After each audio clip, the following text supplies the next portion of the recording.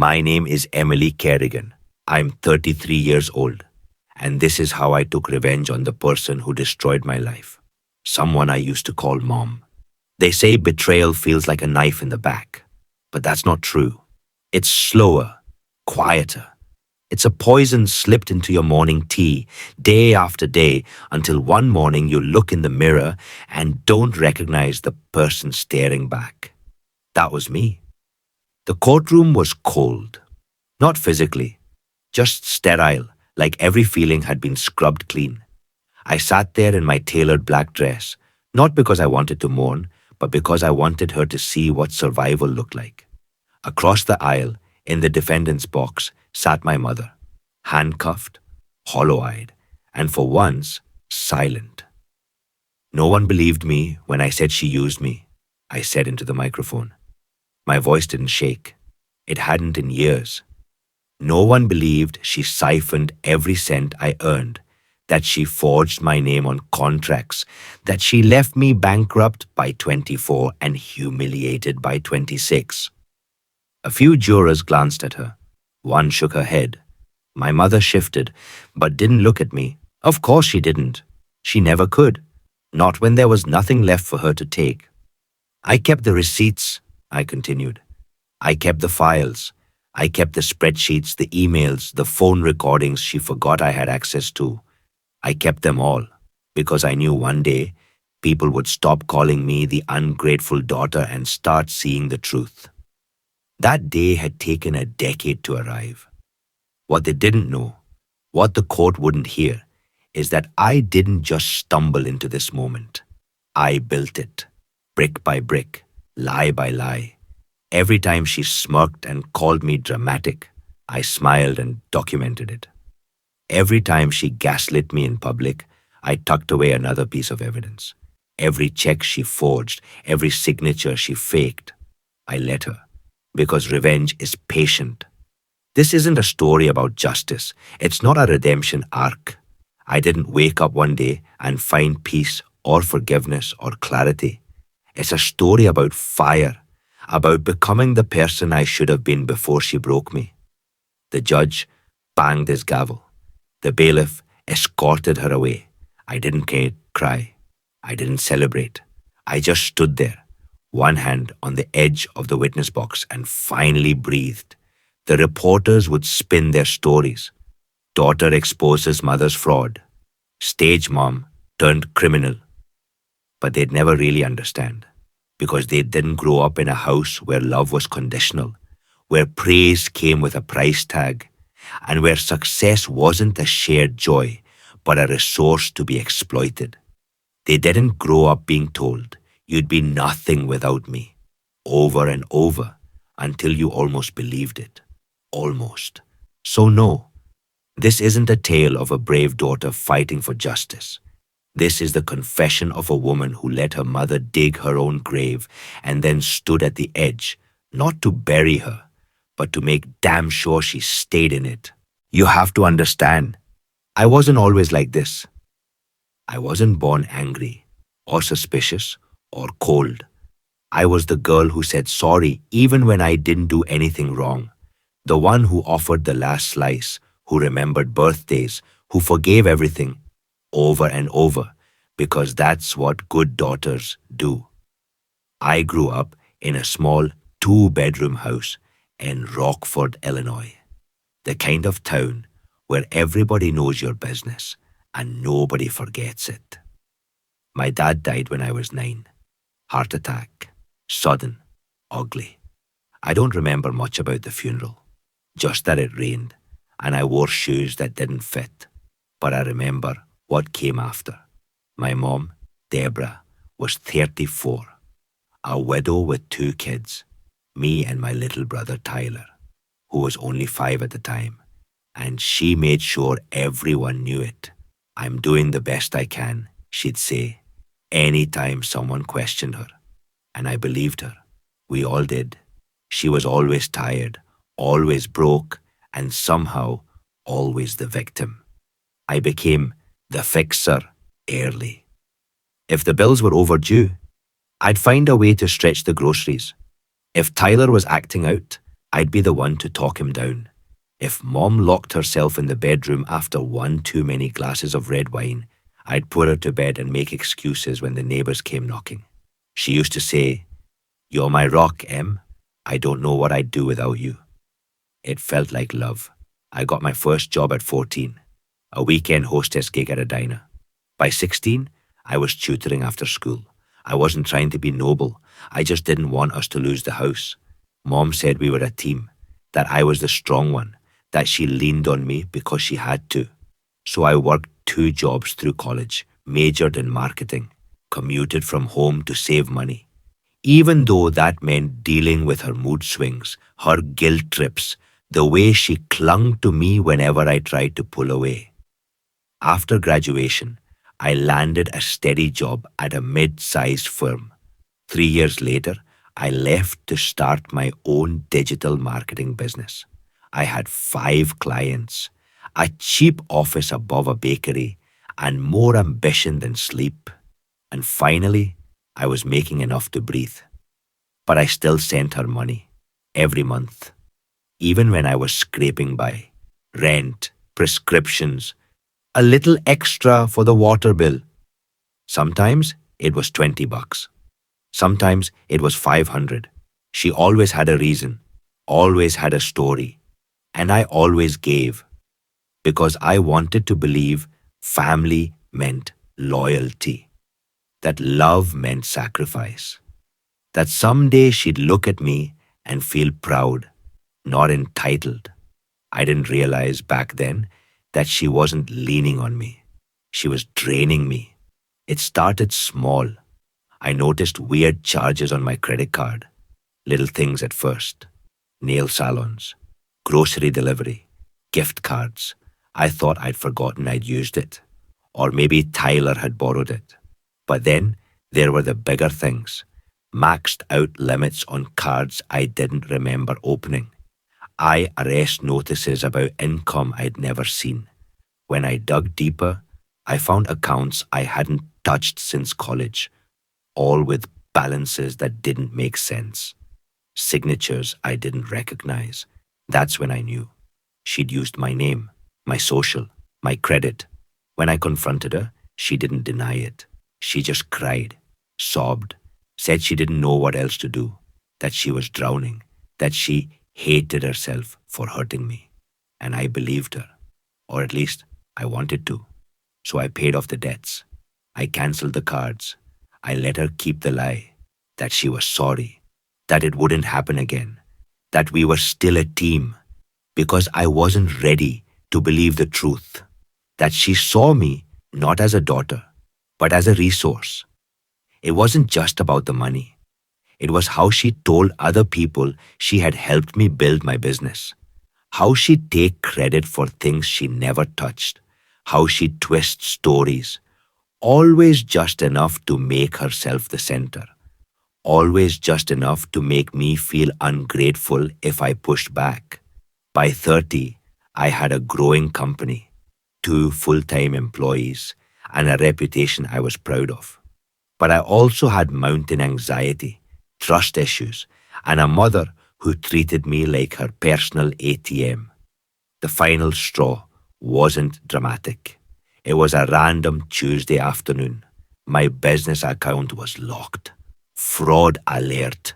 Someone had tried to transfer $18,000 from my company's payroll fund. Guess whose name was on the authorization? I didn't call her. I didn't cry. I just sat there staring at the screen, and something in me, something soft, snapped. That's when I started documenting everything. Because if kindness could be weaponized, so could proof, and I had a lifetime of it. It started with a phone call from the IRS. I was standing in Elney at the post office, holding a box of client swag and trying to answer emails on my phone when the number popped up. Unknown. Washington, D.C. I almost let it go to voicemail. I wish I had. The woman on the other end was polite but firm. She said my business had been flagged for audit. Routine, she called it. Nothing alarming at this point. I laughed, too loudly, and apologized. There must be a mistake, I said. I run a small agency. We're meticulous with our books. She gave me a case number, a callback line, and told me to expect a formal letter within the week. I hung up, still in denial. Must be some data entry error. A mix-up with a vendor. Something easily explained. But when I checked the business accounts that night, my stomach dropped. There were withdrawals I didn't recognize. Not one or two. Dozens. Wire transfers to unfamiliar names. Checks signed in my handwriting. But not by me. Tens of thousands of dollars. Gone. My first call was to my accountant, Lisa. She'd been with me since year 2. Someone I trusted implicitly. She was just as shocked as I was. Pulled the ledgers. Reviewed the flagged activity. "This doesn't make sense," she said. "These withdrawals weren't scheduled. And look at the check routing. They were cashed locally." Then came the call to the bank. They pulled security footage, traced IP addresses, cross-referenced phone verification logs. It didn't take long to narrow down the list of people with access to my personal and business financials. There were only 3. Me, Lisa, and my mother. At first, I couldn't believe it. Wouldn't. Not again. Not this big. But the handwriting on those checks, it was hers. She'd gotten good at faking my signature, just not that good. When I drove to her house and confronted her, she didn't even try to deny it. She cried, big, shaking sobs, told me she was desperate, that she didn't know where else to turn, that Tyler had needed emergency surgery and she hadn't wanted to bother me because I was always so stressed.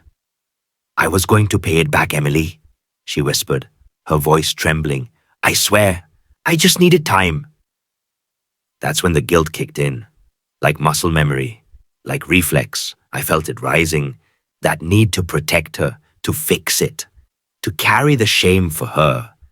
Maybe I'd missed something. Maybe I hadn't helped enough. Maybe this was just a moment of desperation. I told myself, this is just a mistake. You can fix this. So I started tracing the damage, calling lenders, requesting statements, scrubbing every file. And what I found made my skin go cold. This wasn't a one-time thing. She had been siphoning money for years, quietly, systematically. She'd opened credit lines in my name, applied for business loans using my credentials, even taken out a small mortgage on a property I didn't know existed. She wasn't covering emergencies. She was living a double life, designer bags, luxury salon visits, travel expenses disguised as medical trips. She'd taken everything, not because she had to, but because she could. Every time I trusted her, she saw it as an invitation. Every time I forgave her, she took it as permission. I found an old birthday card tucked in my file cabinet, one she gave me at 28. Inside was a note. "You're my greatest blessing. I don't know how I got so lucky." It made me nauseous. She hadn't gotten lucky. She'd gotten access. I sat at my desk that night, documents spread across the floor, feeling like a fool. Every instinct I'd ignored, every warning sign I'd explained away, every lie I swallowed so she wouldn't have to. It was all there. This wasn't about Tyler, or bills, or bad luck. This was about greed. And for the first time, I let the thought settle. Not the whisper, not the fear, but the truth. She stole from me, not once, not in desperation, but over and over with intention. And I had let her, until now. You think betrayal is one moment, but it's not. It's a slow bleeding out. It doesn't happen all at once. It's not a dramatic scene or a tear-stained confrontation with music swelling in the background. No, betrayal is a leak, a trickle, a slow, quiet drowning. And by the time you realize you're underwater, it's too late to scream. 2 weeks after the IRS call, I was served a lawsuit at my office. A vendor, one I'd worked with for years, was suing for breach of contract, missed payments. They'd invoiced us for 6 months straight and never got paid. I hadn't even seen the bills. The bounced payments had been covered up by someone rerouting notifications. Someone who had login access. Guess who? I paid the invoice to stop the bleeding, but the damage was done. Word got around, fast. Marketing is a trust-based industry, and mine evaporated overnight. Within the month, I lost 2 major clients, the ones that made up almost 70% of our revenue. They didn't even ask for a meeting, just a polite, "We've decided to move in another direction." My staff saw the writing on the wall. One resigned. One asked if we'd make payroll. I lied and said yes. Meanwhile, debt collectors started calling. First one, then a dozen. My credit score plummeted by 200 points. Every time I opened my inbox, there was a new alert, a new account I didn't recognize, a new bill I never saw. And then came the worst blow, the one I never saw coming. I told Tyler. I sat him down in my living room with a folder full of bank statements, forged documents, and screenshots. I expected shock, horror, even a little anger. What I got was a shrug. He leaned back, arms crossed, and said, "You're overreacting. Mom didn't mean any harm. You make good money, Emily. You can afford it." That sentence, that goddamn sentence, like I was a piggy bank that could take a few hits without shattering. Like my pain didn't count because I was successful. Like being stolen from wasn't a crime if it came from family. That's when I realized they were both in on it. I don't mean Tyler forged the checks himself, but he benefited. He knew, and he didn't care. Flashback. Tyler was always the golden child. Even when we were kids, he could do no wrong. Broke a window? I must have pushed him. Lied about homework? I should have reminded him. Got caught with weed in the garage? Boys will be boys. I was the fixer, the responsible one, the one who understood. She babied him into adulthood and made me his backup parent. And it hadn't changed. Not really. Because now I was the one paying his rent when he couldn't make it work. I was the one covering his DUI lawyer fees. I was the one watching my mother steal from me. For him, I went digging. Old texts, shared cloud storage, Venmo history, credit card statements she never thought I'd check. And there it was. Transfers to Tyler. Thousands. For office supplies. Startup investment. Emergency car repair. There was no office, no startup, just a website that never launched and some branded t-shirts sitting in his closet. I stared at a string of messages between them from 2 years ago. My name came up. She said, "She doesn't need to know. I'll figure it out." And he replied, "LOL, yeah, she'll be fine." I broke down in the shower that night. Not just cried. Broke. I screamed into the tiles until my throat gave out, until the water went cold, until my knees buckled and I just sat there shivering, with all that rage and shame and grief rotting inside me. The next morning, I went to a lawyer. I laid it all out. The theft, the forgery, the identity fraud, the ruined credit, the crumbled business. He listened carefully, flipped through the files, then looked me in the eye and said, "You have enough to press charges, real ones, felony level. But you need to understand, this will tear your family apart." I didn't flinch. I said, "Good, let it burn." That was the moment the anger crystallized into something sharp, something cold. I stopped yelling. I stopped explaining. I stopped giving people the benefit of the doubt. And I started collecting bank records, recorded phone calls, emails. I had years of paper trails, photos, texts. I just never connected the dots. Now I did. I created a master folder on an encrypted drive, labeled everything, sorted it by date, type, and target.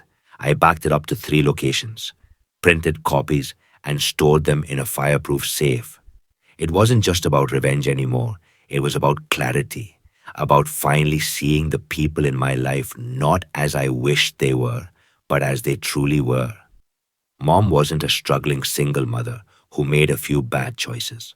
She was a manipulator, strategic, shameless, and practiced. Tyler wasn't a misunderstood screw up. He was an accomplice with a charming smile and zero accountability. And me? I wasn't the fixer anymore. I was done patching holes in the ship while they drilled more beneath the surface. I didn't just want revenge. I wanted proof. I wanted her lies to be undeniable. Anyone can tell a story. I wanted evidence. After I met with the lawyer, I hired a forensic accountant. Quietly, discreetly. His name was Alan, and he had the quiet, methodical energy of someone who'd seen this kind of rot before.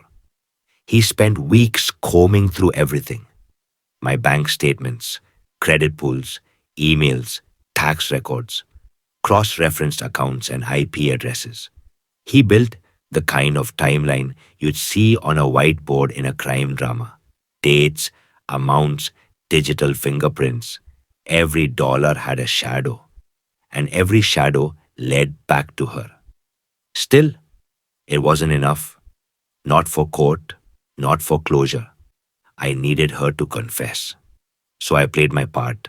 I called my mother and told her I wanted to move forward, that I understood, that families forgive, that I just missed her. My voice caught in all the right places. She bought it. Of course she did. Manipulators don't expect the people they groomed to grow claws. I gave her access to a new bank account, one I'd set up for rebuilding trust. I told her I needed help managing bills while I focused on landing new clients. I framed it as delegation. I made her feel needed again. The account was fake. The money wasn't. I let $5,000 sit in it, untouched, just enough to tempt her. She took $800 in 2 days, then $12,200 the next week.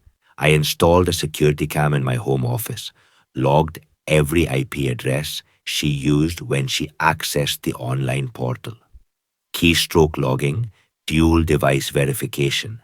I was my own IT department and my own surveillance team. I turned myself into her favorite victim and her worst mistake. But the real moment came one night at 11:17 p.m. when she called me from her landline. I answered on speaker with my recording app already running. She was tipsy. I could hear the clink of ice in her glass. She was rambling about Tyler's upcoming wedding, how the venue's overpriced and his fiancé's a bit of a snob. And then, like it was nothing, she said, "You know I only took what I needed, right? And you always bounce back. That's the thing about you. You don't quit. You can't quit. You need me too much. Always have." Then she laughed, a full throaty laugh that made my skin crawl. "You're not gonna press charges. Come on. Over some money? Don't be dramatic." That recording became Exhibit A. Alan submitted a full audit detailing over $142,000 in misappropriated funds across 3 years. My lawyer filed both a civil suit and a criminal complaint, one for damages and restitution, the other for identity theft, fraud, and financial abuse. I timed it perfectly. The paperwork landed the week of Tyler's wedding. A rehearsal dinner at a vineyard outside Madison. I wasn't invited, of course, but I showed up anyway. Not to the dinner, but to the courthouse that morning to finalize the filings. Later that evening, just as guests started arriving for toasts and wine pairings, the police pulled into the parking lot. Deborah Kerrigan, mother of the groom, was arrested in a sleeveless silk jumpsuit, wedge heels, and handcuffs. Tyler ran outside, screaming, "This is a mistake. This is a family thing. You can't do this here." But they could. And they did. Someone caught it on video. I didn't repost it, of course. But it made the rounds. A few hundred shares, a few thousand views, more than enough to stain the perfect day. I didn't attend the wedding because there wasn't one. The fiancée left him 2 weeks later, cancelled the honeymoon, sold the ring, moved out. I don't know if she did it because of the drama or because she finally saw who he really was. Doesn't matter. Same result. I got the restraining order. The court froze Deborah's assets. The civil suit is still pending, but the criminal case moved faster. The state took it seriously. Financial exploitation of a relative carries heavy weight in Illinois, especially when it crosses 6 figures. She pled guilty to 2 felony counts. No trial, no media circus, just a mugshot, a conviction, and a sentence. She'll serve time, not long, maybe a year or two, but long enough to sit with the truth. And Tyler, he won't talk to me now. He sent a single text. "You destroyed everything." I didn't reply. He's wrong, of course. I didn't destroy anything. I revealed it. I peeled the skin off the lie they'd built. I dragged the truth into the light. I made sure the gaslighting stopped with me. People say revenge doesn't solve anything. They're wrong. That moment, the flash of blue lights, the gasps, the silence when the music stopped, that healed me. Not because I wanted to see her suffer, but because for the first time, I wasn't the one who paid for her lies. She was. She called me from jail, begged me to drop the charges, said we were family. I didn't answer. She left 4 voicemails. My lawyer forwarded the transcript of one. It was full of choking sobs, apologies wrapped in excuses. The same language I'd grown up with. The same currency of guilt and guilt-adjacent affection. "We're family, Emily. We can get through this. You need me, I need you, please. I didn't mean to hurt you." But she did, over and over. And I had finally stopped confusing pain with love. My lawyer handled everything. No contact, no emotional entanglement, just paperwork and silence. While she sat in a cell, I took out a loan. The kind of risky, interest-heavy loan I'd once advised clients to avoid. But this time, it was different. It wasn't to bail someone else out. It was to rebuild me. I relaunched the business under a new name. Smaller, smarter, more remote. I didn't need a flashy office or a bloated team. I needed trust, and I needed to earn it again. A few clients came back, quietly at first. One said, "The way you handled what happened, that told me everything I need to know about you." Another forwarded me a referral. It wasn't a comeback, not exactly. It was a rebirth. I started therapy, real therapy, the kind where you sit in silence until your skin itches and your soul wants to run, and then you finally say something true. I talked about control, about survival, about being the fixer for people who never fixed a thing for me. I started to feel the difference between boundaries and walls. And Tyler? He emailed me 5 months later. The subject line said, "I'm sorry." I didn't open it, didn't need to.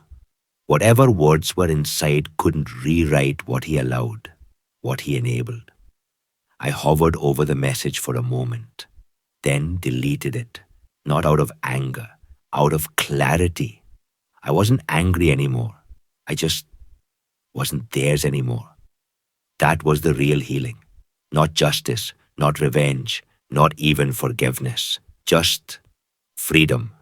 I moved to Chicago that fall, got a 1-bedroom with big windows and terrible parking, signed the lease with just my name, bought a coffee table I actually liked instead of inheriting hand-me-downs out of guilt. There were quiet nights, lonely ones, too, but they were mine. I learned how to cook for one, how to say no without explaining, how to rest without permission, how to believe that survival didn't mean constantly earning my place. Sometimes people ask me if I regret it, if pressing charges was too far. I tell them this: I didn't burn the bridge, I just stopped rebuilding it. I didn't set out to become someone new. I set out to stop being someone I never chose to be. And now I wake up without dread in my chest. I check my bank account and know every dollar belongs to me. I laugh more. I apologize less. I'm not bitter. I'm not broken. Just free. I used to think being kind meant being soft. That love meant staying, no matter how much it hurt. I thought loyalty was measured by how much pain you could carry without dropping it, by how many times you could be lied to and still come back to set the table, by how much of yourself you could bleed out without anyone noticing the color drain from your face. But now I know.